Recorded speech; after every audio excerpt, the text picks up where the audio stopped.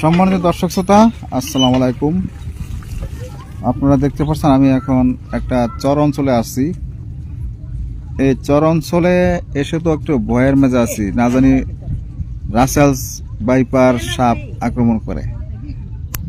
এটা মনে করেন এই যে আমার পিছনে দেখতে পাচ্ছেন পানি, রাসেলস ভাইপার সাপের এলাকা। এখান থেকে সাপের আক্রমণ থাকতে পারে। এই সব বর্ষার পানি, যে বর্ষার পানিতে মনে করেন অনেক সাপ থাকতে পারে। ওই যে মানুষ কাজ করতেছে, কৃষকেরা ভয়ে কিন্তু মাঠে যায় না।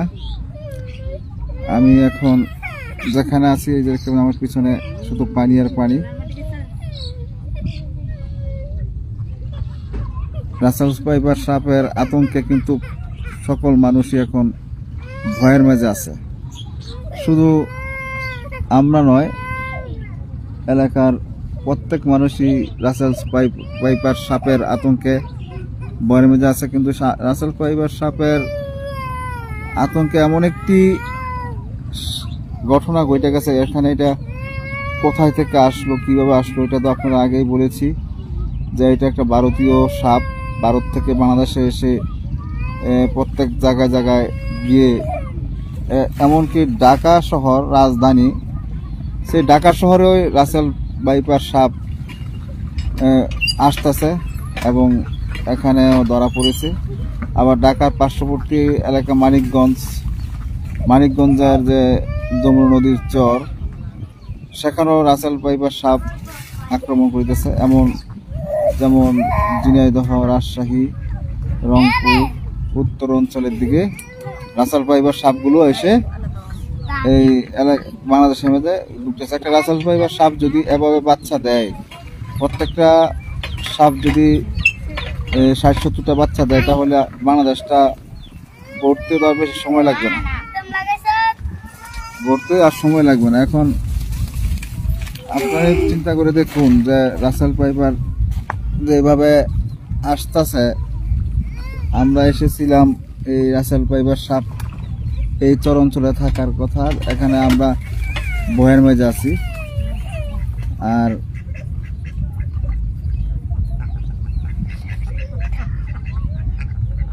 পানির মেজে যাইও না, পানি মেজে গেলে আবার পুরা ডুবে যাবে।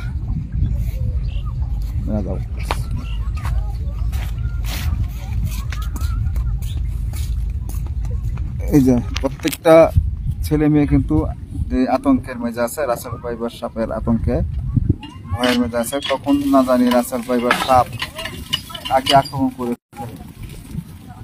আর আমি যদি আপনাদেরকে ব্যাক ক্যামেরা দিয়ে দেখাই যে এই চর অঞ্চলের মানুষগুলো এখানে নৌকা দিয়ে চলাচল করতে হয়।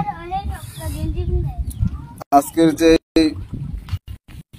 টপিক আপনারা বুঝতেই পারছেন, রাসেল ভাইপার যেখান দিয়ে বসবাস করে সেখান দিয়ে এসেছি।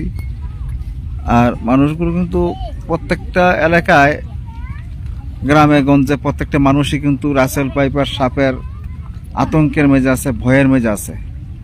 আমিও এই ভয় নিয়ে কিন্তু আছি। আমি যেখানে এখন বসে আছি এটা হলো একটা চর, এটা হচ্ছে মেঘনা নদীর চর। মেঘনা নদীর পানি দিয়ে কিন্তু রাসেল ভাইপার সাপ বেশি আসে। এখান থেকে চর অঞ্চল, বালি মাটি, এবং এখন বর্ষাকাল তো বর্ষার পানি কিন্তু ভরে গেছে।